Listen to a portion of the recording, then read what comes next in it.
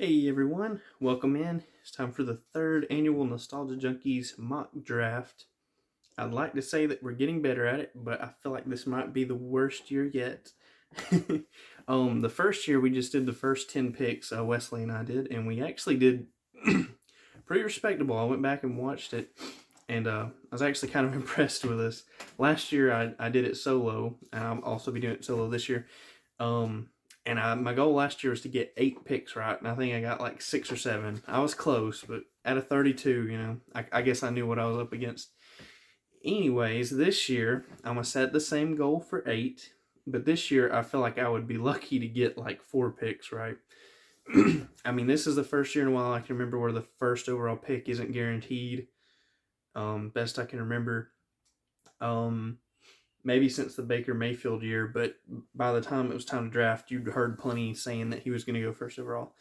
But anyways, I mean, I'm telling you, this draft right here was the hardest one out of all the years of mocking, even before the channel, where I, just took a swing at it. This is definitely the hardest. So, without further ado, I don't want to get too long-winded. This is my best attempt at a mock draft for 2022. All right, so first up we have the Jacksonville Jaguars, first overall, and I have them taking Aiden Hutchinson. While it's not a guaranteed thing, he's been the odds-on favorite for a while now. I did hear someone say that Jacksonville's taken, edge rusher 2 out of the last 3 years, and it hasn't really worked out all that well. Maybe they should try something else. Me personally, I'm in favor of trying to get Trevor some help. So I would have no issue with them taking Evan Neal or Ike Ekwonu number 1. I think I'd actually be in favor of that. But I think we're going to have Aiden Hutchinson. There's outside chance for Trayvon Walker or or Kayvon Thibodeau as well. But we shall see. Right now I think it's Aiden Hutchinson. That leaves us number 2, Detroit. And I've got them going Kayvon Thibodeau. I'd love to say Trayvon Walker here, but here's the thing.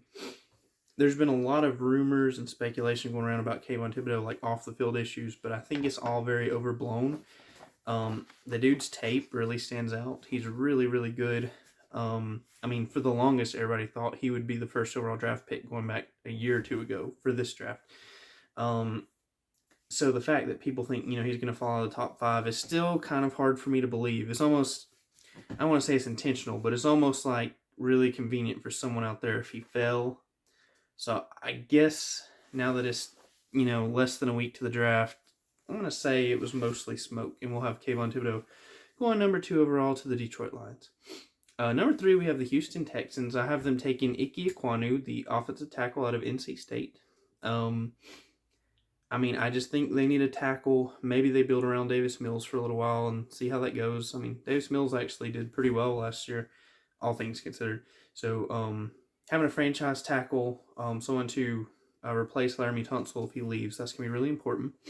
All right, so next, number 4 overall, we have the New York Jets with their first of 2 top 10 picks, and I have them taking Trayvon Walker. I'm a Georgia fan, as you might can tell, even have the shirt on right now, but I'm really happy for Trayvon Walker, and I would love it if he could go as high as possible, but it's definitely, built on potential more so than results. Not saying he didn't have results at Georgia. It's just that, it was crowded, and there's a lot of draft picks on that defense. And I guess this is just a reflection of him having maybe the highest ceiling out of all of those guys. But I'm super happy for him. I'm sure he's going to get drafted high regardless. Probably definitely going top 10. I hope anyways. But anyways, Trayvon Walker, number 4 to the Jets. Number 5, we have the New York Giants. They also have 2 picks in the top 10. I have them taking Evan Neal, the offensive tackle from Alabama. I thought Evan Neal has had a great chance of going number 1 overall. Then you noticed Ike Ekwonu. A lot of people started putting him above Evan Neal. To me, Evan Neal kind of reminds me of Andrew Thomas a couple of years ago, where you saw a bunch of really talented tackles, and sometimes people draft for potential, sometimes people draft for close to a finished product, maybe without quite as high of a ceiling. Not saying that's Evan Neal. It's just I think Evan Neal's pretty much a polished product, and I think he would do great, right off the bat for whoever drafts him and I feel like maybe that's why Ike Ekwonu maybe has passed him. Maybe they think has the higher ceiling. I don't know, but I'm a fan of Evan Neal. I wouldn't mind seeing him go number 1 to the Jags, but I have him going number 5 to the Giants. Number 6, we have Carolina, and I think a lot of people who do mock drafts consider this to be the toughest pick out of all the picks in the first round, at least. Not super popular to pick this one. And I was torn. I do think if they got offered a trade, maybe they would trade out of this spot. But if I have to pick, I guess I'm going to go with Kenny Pickett. Now, personally, I do think Kenny Pickett is the best 2022 quarterback. But Malik Willis, like if, for instance, I'm a Falcons fan, if the Falcons had to draft a quarterback this year, I would take Malik Willis, because in this case where the quarterback draft class isn't quite as impressive as years past, I think I would just try to go for the guy with the highest potential and hope for the best. Kenny Pickett is more of a ready-to-play-now guy, NFL ready, I think. He just may have a much lower ceiling. We don't know. I mean, we could be full of it, honestly. But for right now, I'm going to say they go with Kenny Pickett, and that has a whole lot to do with the coach there. His name's slipping my mind at the moment. Anyways, I know he's probably trying to save his job and trying to make it last. So he'll need a guy who's more ready to go right now. And so I have them going with Kenny Pickett. Number 7, we have the New York Giants again, and I have them taking Ahmad Sauce Gardner, the cornerback out of Cincinnati. Ahmad Gardner is one of my favorite players in this whole draft. I think the dude's been very impressive. I believe I heard he never even gave up a touchdown in college.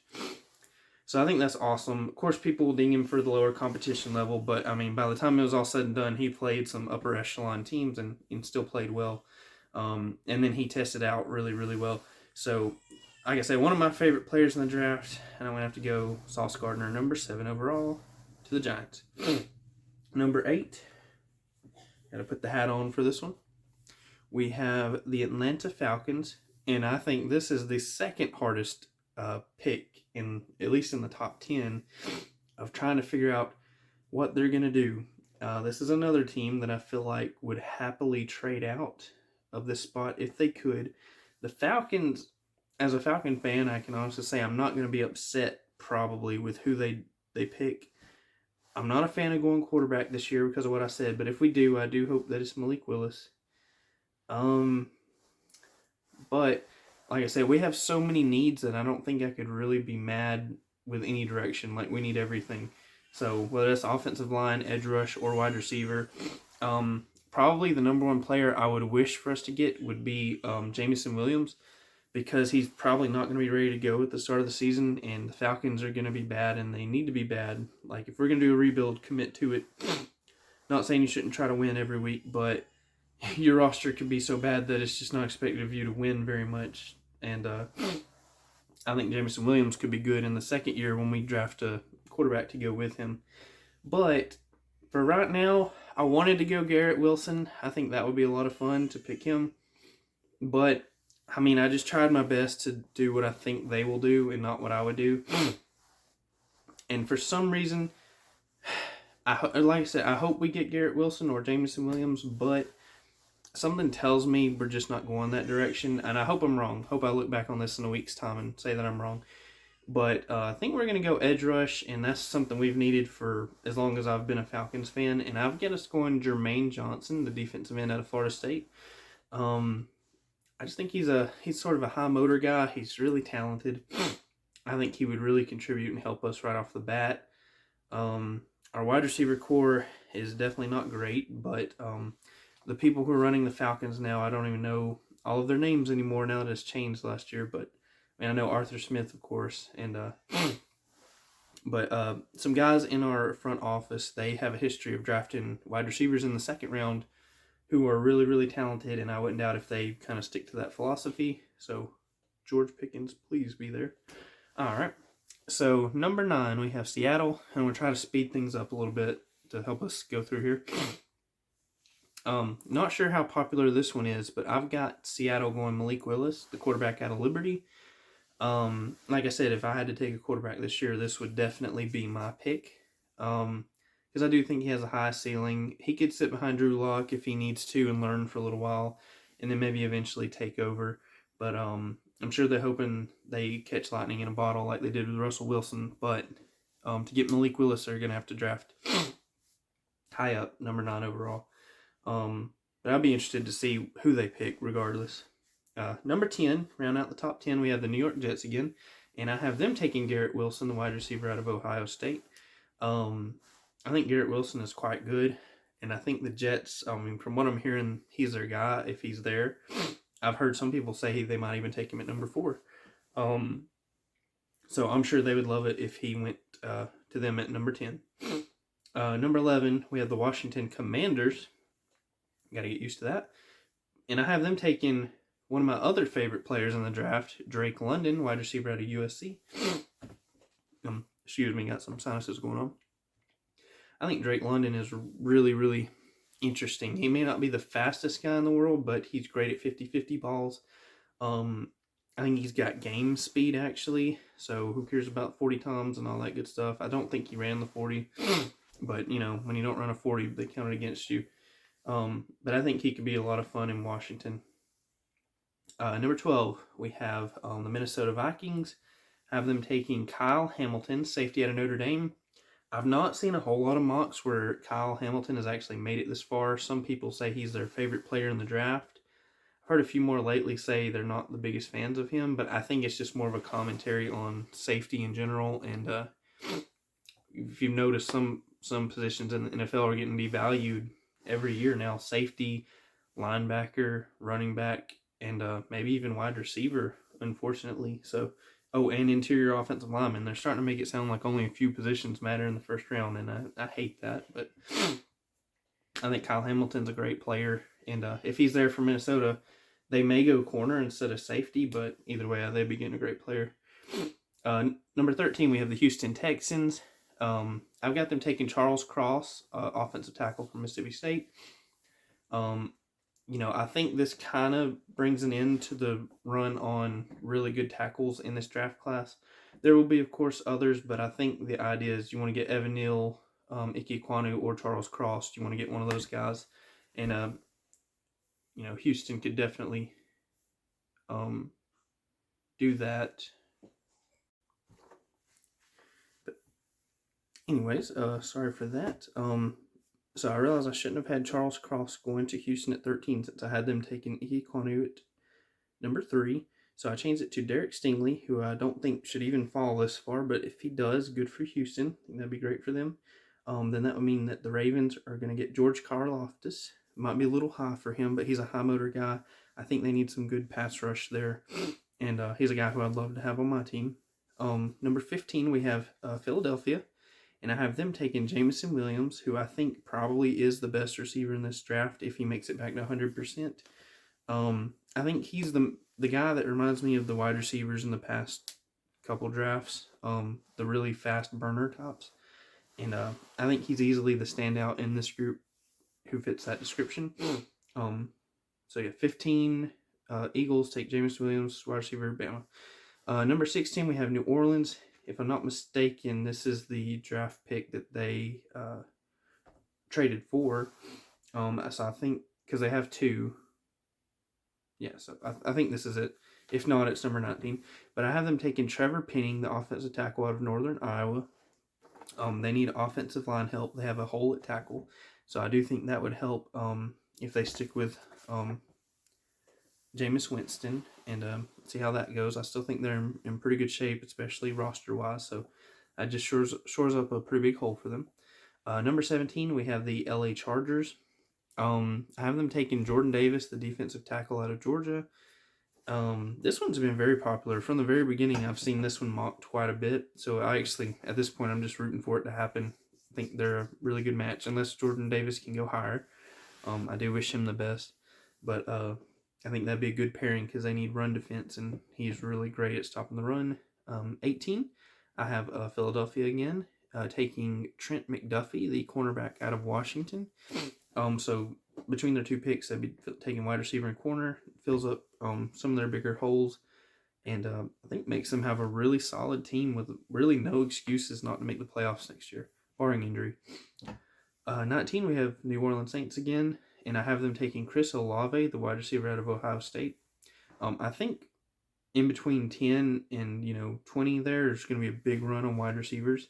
So when this actually goes down, I don't know if Chris Olave will still be there, but I'm sure the Saints would be very, very happy to have him. They may even take him at 16 and try for maybe offensive line later. They also could pair these 2 draft picks and try to move up maybe for a quarterback, but I just don't know if this is the year to do that. So I'll be interested to see what they have planned. 20, we have Pittsburgh Steelers. I have them taking Tyler Linderbaum, the interior offensive lineman out of Iowa. I believe he plays center, and I've heard he's one of the most impressive centers ever evaluated in the last little bit. So he does get undervalued. I believe it's him that they try to pick at him for his shorter arm length, but sometimes I think that's just silly. I think Tyler Linderbaum will do great in the NFL. Pitt, they may be in the market for a quarterback. They may be in the market for even wide receiver. Actually, I saw that one drafted there today. But for right now, I'm going to say Tyler Linderbaum. Number 21, we have New England Patriots. Always one of the hardest teams to predict. I've not seen this one mocked here, but I do think it could be a really good thing for them, especially the way they manage their roster. I have them taking Devontae Wyatt, defensive tackle out of Georgia. At this point, I think there's a chance he's among the best players on the board. And I just, for me, it's hard to draft for them. So that's just my best swing in the dark. We'll see what happens. Number 22, Green Bay. And I'm honestly really excited for Green Bay's draft picks because I know they should take a wide receiver. I said last year they should take a wide receiver. But what do? They did not take a wide receiver in the first round. But they had Eric Stokes, which worked out. But now they've lost Devontae Adams. So everything inside me says this should be a wide receiver. So that means they're probably not going to do it. So I have them taking Zion Johnson, another interior offensive lineman out of Boston College. Hey, you might not have anybody for Aaron Rodgers to throw to, but at least he'll be protected. And you do have another draft pick, so we'll see what they do a few picks later. Number 23, we have the Arizona Cardinals. I have them taking Andrew Booth Jr., the cornerback out of Clemson. I just think they could use a little bit of corner help, and I actually think Andrew Booth's really impressive, so I think that would be a good pairing. Number 24, we have Dallas Cowboys. Got them taking Devin Lloyd, the linebacker out of Utah. I think the Devin Lloyd and Nakobe Dean are the 2 most impressive linebackers in this draft. I mean, obviously, I'm a bigger fan of Nakobe Dean. I am biased, but I do think he's a great player. I didn't get to watch Devin Lloyd play very much, but from everything I've heard, he's an awesome, awesome player. And I think there's a good chance he'll get drafted as the first, true linebacker. So have him going here at 24. Number 25, I have the Buffalo Bills taking Kenyon Green, another offensive lineman. He's from Texas A&M. And at this point, I do think this is probably close to the correct range for him. And Buffalo has one of the best rosters in the NFL. And I think that would just strengthen one of their units, and that would be good. Number 26, I have the Tennessee Titans. This is probably where we should hear Treylon Burks' name, but I keep hearing people say Tennessee is a little less predictable than you would think. So I have them taking Jahan Dotson. I do think they need a wide receiver. Maybe they'll go for one of the speedier guys in the draft. So I have them going with Jahan Dotson, wide receiver, Penn State.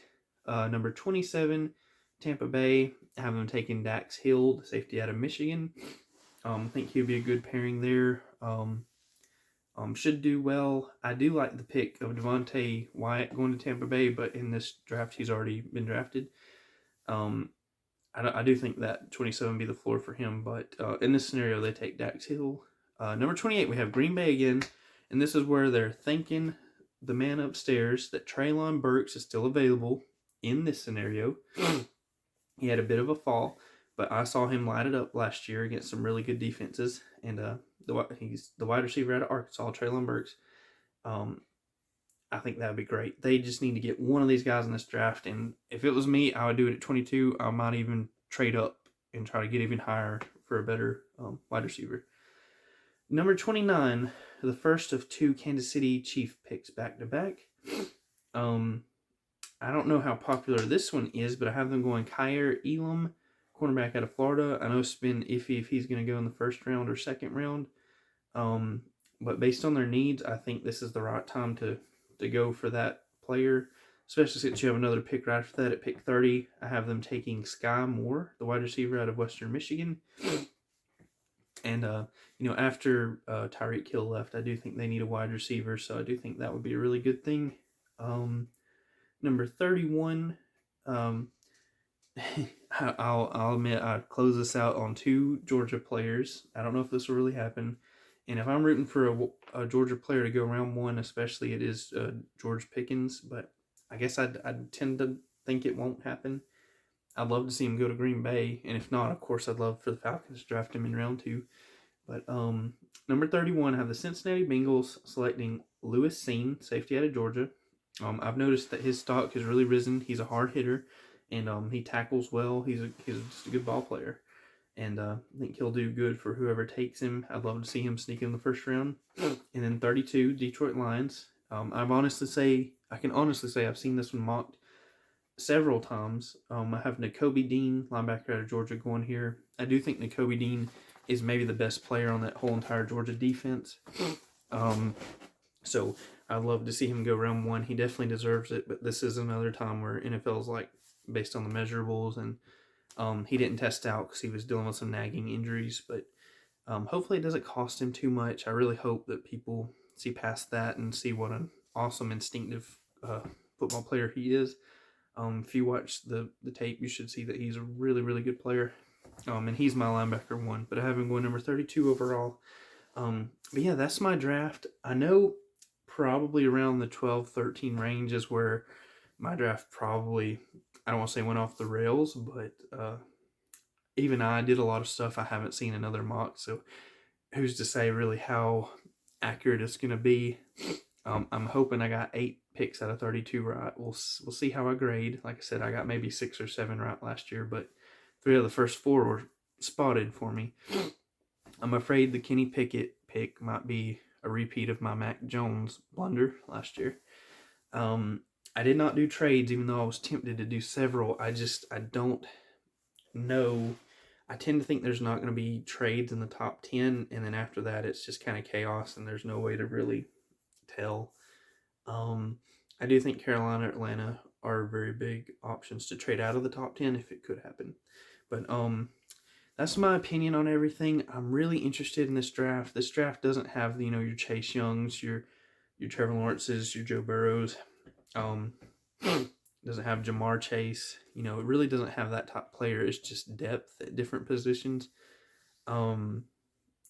So I do think there are players with immense potential here that could grow into be absolute all-stars. We'll just have to see. But I'm really, really interested in this draft just because it's going to be so unpredictable. I really don't know where anybody's going, so I think it's going to be a lot of fun, and I'm going to enjoy that element of it. But anyways, I hope you enjoyed watching. Until next year, if you want to comment below, tell me what you think about my picks, go ahead. I don't mind getting ridiculed. I think that's part of the fun of a mock draft. So, and if I picked wrong, please tell me who you'd pick for your team. And thank you very much for watching.